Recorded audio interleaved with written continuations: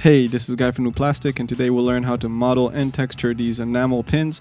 I think that beyond having fun with CG pins, it's great to be able to render out highly realistic demos of physical objects you intend to create as merch or whatever. That way you can see for yourself how it's going to look, share it with the manufacturer for better expectations management, and also show the audience what they're getting before you even make it. I actually made a pack of customizable pins where you can pretty easily add your own designs to the 3D pins and render them out. There are 3 different pin shapes, 7 different materials, and 2 different clutches. If you feel like you need it, go ahead and check my Gumroad. Link is in the description. Feel free to check out the Patreon or the YouTube membership, where you can not only get lots of project files, free products, and early access to videos, but most importantly, directly help this channel grow and help me make better and more profound content. Shout out to my phenomenal patrons and members: Elad, Spencer Clark, Abhishek Singh, Lynn, KV Davey, Antegu, Yining Gongs, Yam Lopez, The Great Wanderer Studios, Jeskirat Pondrath, Harley Spick, Hanan Gosseroni, Dave Toro, Neil Pollack, Builder Bull, Samuel, Christoph Wabno, OU June, 3D Monkey Biz, Kaylor, Jake, She Was Lost, Pierre-Marie Burton, Zhao Hang Lu, Braganay, Chris Schultz, Mariano Carnevale, Montgomery, Bob, MoWorks Limited, Aaron, Arlen, and everybody else on the list. Thank you so damn much. Follow me on Instagram at Ojeng, subscribe, share, comment, eat some turmeric. It's good for you. Let's go. So we're going to start with this Illustrator file. If you don't have an Illustrator file, I'll show you at the end how to make it with a rasterized image. I have here everything kind of in the style of an enamel pin with a very reduced palette and outlining every single color. And I'm going to duplicate it. And now I want to make this version just a black and white version where all the outliners are black and all the rest is white. Everything looks good. And again, I'm just going to take all this and duplicate it, and now I'm gonna just make a single overall shape. So I'm gonna delete all the inside, expand the appearance, expand it again, and now with the Pathfinder I'm just gonna merge everything into one single shape, and that's gonna be the extruded shape of the pin we're gonna create in Cinema 4D. Now I'm going to take this color version, I'm going to copy it, and I'm going to go to Photoshop. We're working in 4K and in 16-bit, but that's up to you. I'm going to paste it here as a smart object, then copy the black and white version, paste it as a smart object. Nice. So now we got both shapes placed directly on top of each other. I'm going to select them both and just kind of align them to the canvas, scale them up maybe a little bit. Let's name this color, name this outlines. Now I'm going to duplicate the outlines, and this will be the displacement layer. Cool. So first we're going to invert it, and because it's a smart object, all the effects are going to be editable in these smart filters. I'm going to add a blur, and I'm going for a soft enamel pin look, which has these kind of curved soft displacements, which I think are super cool. If you're going for a hard enamel pin, there's barely any displacement, so you don't really need a displacement layer. But we're going to create this softened displacement black and white image to get this effect. So I'm going to blur it. This looks about right, but now you can see that the thinner lines become a bit gray. So I'm going to set levels and just drag the white inside to the left a little to strengthen the whites. Maybe play with the grays too. Just want to achieve a more unified level of white. And I'm going to add one more surface blur, which is going to help me kind of get rid of these blotched whites where a few lines connect. So you can see that without it, wherever there is a few lines, it gets blotchy, and with it, it kind of smooths out the blotchiness. And that looks okay. You can play with it. It's not a huge deal. It doesn't make a whole lot of difference, but yeah, and I'm just gonna kind of just play around with the settings until I get the right look. And you can always go back to it because you'll have it as a PSD file. You can always go back and re-edit it. And that's the beauty of a smart object and smart filters. Just play with it a little more. Yeah, that's fine. Cool. Let's hide this. And we're going to invert this layer because we're going to use this to separate between the metal material and the color material. So let's call this metal map. And now wherever there's white, it's going to tell Octane to use metal. Wherever there's black, it's going to tell Octane to use the color material. Let's give this a black background color. Now we're going to just save each layer as its own image. And the last thing we're going to do is we're going to take this large shape that we created. We're going to paste it into a new Illustrator file. We're going to save it, and very important to save it as an Illustrator 8 version. That way Cinema can interpret it as a spline, and then we can extrude it. Now in Cinema, I have a very simple scene with just an indoor HDRI, nothing complex. I'm going to make a lighting tutorial series very soon. So the first thing we're going to do is we're going to go to the object window, hit File and Merge Objects. Select the Enamel Pin vector file that we created. You're going to hit OK. And now we got this spline, as you can see. Just going to drag it to the middle. And let's set a cube so we can kind of set the correct scale. And we'll give the cube about the scale of a pin. So 6 on 6 centimeters with about half a centimeter width. Maybe 0.3. Nah, 0.5 is good. Cool. Now let's scale our spline to the size of the cube. And now we know where we got like real life scale, which is important. Now let's select our spline and then Alt Extrude so that it automatically makes it apparent. In the direction we'll choose Z, and we said 0.5 centimeter offset. And I'm trying to get rid of this thick green axis line, but I just gotta hide the camera for that. So I'm gonna hide the camera. And now in the caps tab of the extrude, we'll set a 0.3 bevel size, which looks about right. Maybe we can go 0.02.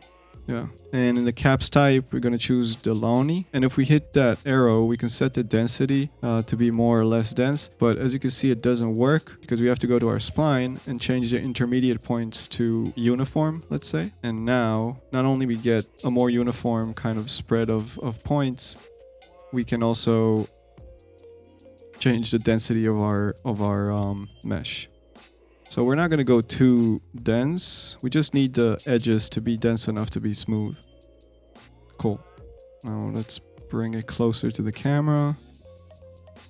Let's rename it. And the last thing we're going to do is we're going to go to our selections tab and just tick the start cap and end cap selection and also the shell, but we don't really need the shell. We just mostly need the start and end cap. And that created 3 selection tags, which we're going to use to texture each part individually. Now for the metal, for the gold metal, I'm using the gold in my metal pack. You can make your own metal, or you can use the one in the pack. You can go check it out on my Gumroad. Or you can recreate your own metal by watching the tutorial I made. And the good thing about this metal is that it uses RGB IOR, which is a more complex IOR that gets more physically realistic metal look. So let's just rotate it and put the gold texture on it, and we just need to edit the details.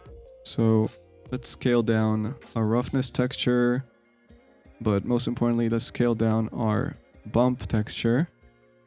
And I'm going to solo it. I want to get these tiny subtle cracks look, so I'm going to change the type to chips, and I'm going to increase the details, and I'm going to bring down the gamma so I can get these faint black lines. And I'm going to reduce the contrast by making the white 50.5 gray and the black 50 gray, which is very subtle contrasts, but it's enough to get these subtle scratches. And if we unsolo the noise, we crash, but we're back. And now let's look at our roughness texture. And I just want to make it a bit darker to make the texture a bit more shiny. And we can actually scale it up. And that's cool. Now we got these very subtle roughness imperfections. Let's rotate our HDRI. And yeah, I like this kind of shine streak. So let's keep it this way. Cool. Now let's create the color material. So we're going to add a composite material that will allow us to combine 2 different materials in a better way than the mix layer. So we're going to add the first material. That's going to be our color material. And we're going to add the second material, which is going to be the outline material, which in our case is gold. So let's first of all copy the IOR channels from the gold material and also copy that very last number. I'm going to show you why. I'm going to go to our color material, and in the second material, let's change it to metallic and BRDF to GGX. And then in the IOR, let's change it to RGB IOR, then select all these. And usually I press paste identical. For some reason, it's grayed out. So I kind of tried to copy it again, but I don't know why. I think because there are different types of material, it doesn't work. So all I need to do is hit paste and it worked. But it didn't copy the very last number. So that's why we copied it and we just pasted it in. And now we got the same gold IOR. Let's just copy all these roughness and bump textures and paste it into our new material, plug it into the right place. And now we can drag all of our color maps. So we got the displacement here, the color here, and the metal map here. Cool. Let's drag the color map into our diffuse channel and the roughness from our metal texture to the roughness in the color texture. And let's add another noise and use that as a different bump texture for this color material. Let's just drag this material on our pin and let's drag the first cap selection to this material. And now you can see we only have the colored material on our front cap. Cool. We just need to align the position. So if we drag the XYZ projection, we can use just regular UV projection. Just add a transform node and just play with the position a little bit until we get it right and that looks right. So we're going to drag the same transform node to all of our other maps. So this is the displacement. So we're going to use the metal map as the material mask. And now you can see that wherever there's white, it shows the gold. Wherever there's black, it shows the color. Perfect. Now we can change the IOR on our color to 1.65, which I think is more right for enamel, which is kind of like acrylic, I think. And let's solo our bump map, kind of reduce it down and bring down the details. We want just kind of this very, very subtle wobbly bumpness, nothing detailed at all. Let's bring down the contrast, so 55 on the white and 50 on the black, so it's very low contrast. And you can kind of see it. If we reduce the scale, yeah, you can kind of see it. That's actually even too much. Like it's supposed to be smooth, but nothing is perfectly smooth. So I just want like the slightest wobble effect. That's okay. You don't really need to notice it. Let's actually turn on light from the top. Maybe that'll help us kind of see the details of the texture better. And also let's isolate the roughness and let's make it a bit darker so that we get a bit more shine. Okay, let's add a displacement to the composite material. And we're going to use a texture displacement. We're not using any procedural displacement. We have an image texture set on UV projection, so we can get away with the texture displacement. And it's also a bit faster. Let's set the height to 0.05. And because I want the white to not displace at all and the black only to displace inwards, we're going to change the mid-level to 1. That way the white doesn't displace at all and only the black displaces inward. I'm going to set the level of detail to 4K because that's our image. Then plug in our image and bam. Beautiful. You see we got this soft displacement. Everything looks great. Perfect. And if we rotate it around, yeah, looks really, really good. Let's actually add a light coming from the right side. So maybe we get nicer reflections when we rotate. So I'm just going to turn on this light from the side that we have. And it's too large now, so let's make it very, very narrow. So we just get these kind of sharp highlights. And that looks great. Cool. Now we can notice the wobble on the enamel, on the color a bit more. Cool. So let's edit the backside. Now, usually in pins, the backside is much rougher, sometimes with this very rough noise, sometimes with this more kind of uniform stipples. I'm going to go for the rough noise. You can also just leave it smooth. Sometimes it's smooth, but why not add another layer of details? So we're going to duplicate our gold material, rename it to gold rough or something. And we're going to place it on our pin and drag the second cap selection tag to that material. And if we solo our roughness texture, we crash, but we're back. And I soloed the bump texture actually. So I'm going to change the bump type to circular. I'm going to bring up the gamma to bring up more black, reduce the details a little bit because we want some circular definition. We're going to scale it way down, maybe even more. The gradient is fine, very, very low contrast, and we can get rid of the color correction. Let's see how it looks. looks okay, needs some edit. So let's bring down the gamma to get a bit more uniform noise and bring down the contrast as well. And let's zoom in to see better the details. Let's crank up our light just so we get a stronger highlight, and maybe bring up the contrast a little, bring up the details more, and that looks okay. Let's scale it down a little, maybe play with the gamma. I mean, there's no rule here, it's really up to you, but this looks great to me. Yeah, this looks perfect. Yeah, okay, amazing. You can see the wobble. It's pretty apparent now, maybe a bit too much. So I'm gonna go to the color texture and just play with the bump texture, maybe bring down the contrast even more, and I want to make it more subtle. That's fine. I can make it even more subtle, but we're gonna stop here. Now, one more thing is that we get the cap edges are kind of sharp. You can see this line where the cap breaks. To fix that, we're going to go to our Fong tag and just untick use edge breaks, and that kind of fixed it. And also we're going to go to our caps tab and increase the segments on the bevel just a little bit, and that really helped. Now you can barely notice that line. Cool. Yep, looks really good. Now the last thing we're going to do is we're going to add the actual needle. So we're just going to add a cylinder. I'm going to scale it way down.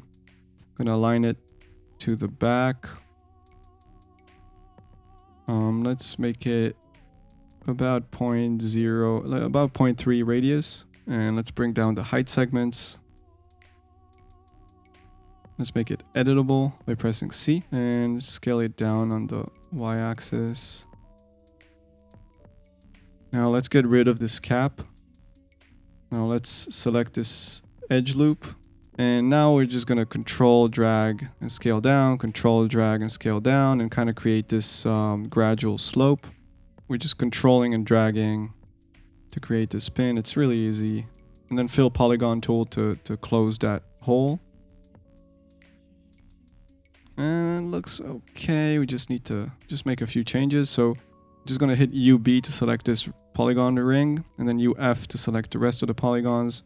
Just scale them down, drag it in, and then drag this away.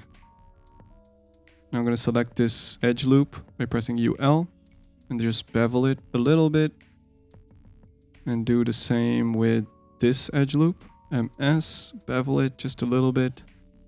It's going to create sharper edges. And then I'm going to scale down these loops because I want to decrease that slopiness. I want to make a sharper kind of break there. Yeah, so I'm just going to select them, bring them in.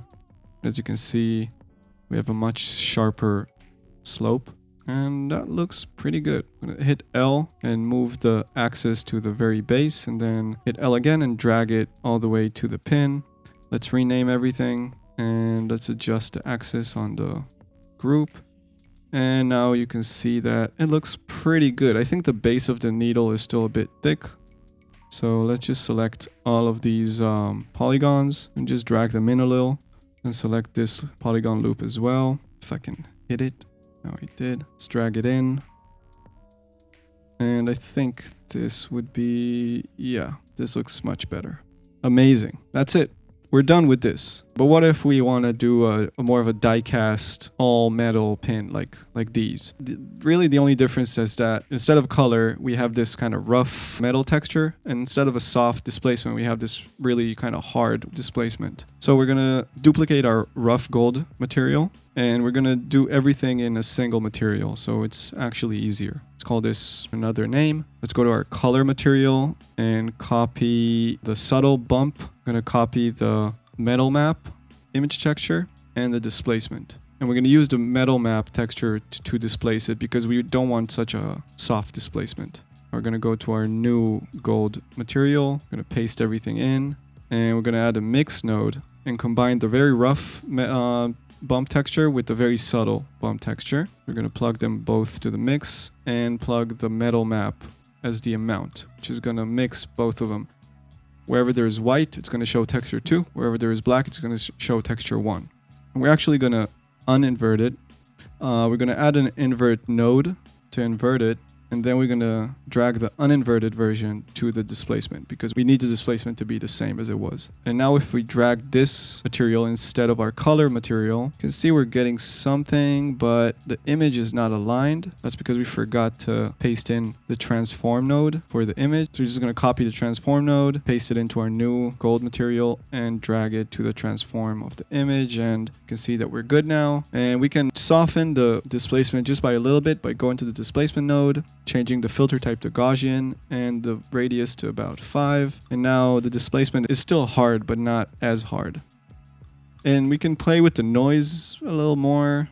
It's really up to you. I mean, there's no one look here. So yeah, that looks good. I would increase the displacement height, but yeah, that looks good. So what if we don't have an Illustrator file? What if we have just a rasterized flat JPEG? It's all pretty much the same. There's a few things in the beginning you need to do to kind of prepare the image. So here I have a flat single pixel image. I'm going to select the magic wand, select all the background and hit delete. With the levels, just increase the contrast a little. I'm going to duplicate the image. I'm going to desaturate it, and then with the levels again, drag the white all the way to the left until I got rid of all the grays. And I'm just going to drag the black a little bit in, and that's it. You got the outline map. I'm going to copy these 2 layers to our previous PSD file that has all the previous maps. Just going to scale it up a little bit. And if we add a black background, you can see we have this thin white halo. We can fix it easily by double-clicking the image, adding a very thin stroke on the inside that's black. Then we're going to copy this layer style, paste it into our outline map, and we got rid of it. As you can see, I'm going to convert it to a smart object, duplicate it. Then we're going to drag all the smart filters from our previous displacement map onto our new one, and that's going to add all that stuff. And now we can edit the blur and the levels and everything to fit, your new map. If it needs any change, I think for us it needed just a little less blur. Yeah, that looks okay. We're going to invert our outline map. And the last thing we're going to do is we're going to have to create a vector line from the outline of the shape so we can extrude it in Cinema. It's very easy. We can control click our layer. Now we have created a selection around it. We're going to hit the marquee tool, right click, make work path, hit OK. And now with the white arrow selected, we're going to copy this, go to Illustrator and paste it in. And now we got this vector line in the shape of our illustration or whatever it is. And now we're going to save it as illustration 8 version. I'm going to go to our Cinema, File, Merge Objects, select our new vector file. I'm going to hit OK. Now we're going to duplicate our metal pin extrusion. We're going to make the new spline a child of the previous spline. Hit Reset Transform so it aligns it to the exact position of our old spline. Just going to scale it down. That looks good. I'm going to get rid of the old spline. And we got an extrusion of the new image. And now all we got to do is we're going to duplicate the color material, replace all the maps with our new maps, drag that over our old color material, and just kind of adjust the positioning of the new maps to fit the new shape. And if we render, you can see our edges are a bit jaggedy. That's because we need to go to the spline and change our intermediate points to uniform. And now the edges are smooth as hell. And we got a new pin. How cool is that? Super easy. And of course, we can change the second material from metallic to glossy, change the diffuse to black, or maybe just a very dark gray. Change the index if you want. You don't have to. And that's pretty much it. Now you got this kind of black outline. Of course, you want to change the edges and the back material to fit that black texture, but that's it. Super easy. Super cool. I really love enamel pins, so whenever I see it, even in CG, I'm like, hell yeah, this is amazing. And also, I'm telling you, when you see it like this, highly realistic, it makes you kind of want this. And honestly, after doing this tutorial, I really want to make some enamel pins. So if you guys want any enamel pins from my own designs or maybe something specific for the channel, let me know. I mean, I'm gonna make them regardless, but yeah. So the next tutorial, I'm gonna show you how to model and make the clutches. It's like these butterfly clutches and also these kind of simple rubber clutches, and that's gonna conclude our enamel pin tutorial series duo. And also, be sure to check out the pack on my Gumroad if you feel like you need it. Patreon, YouTube membership, all that stuff. And that's it. I love you. Have a great day. Peace.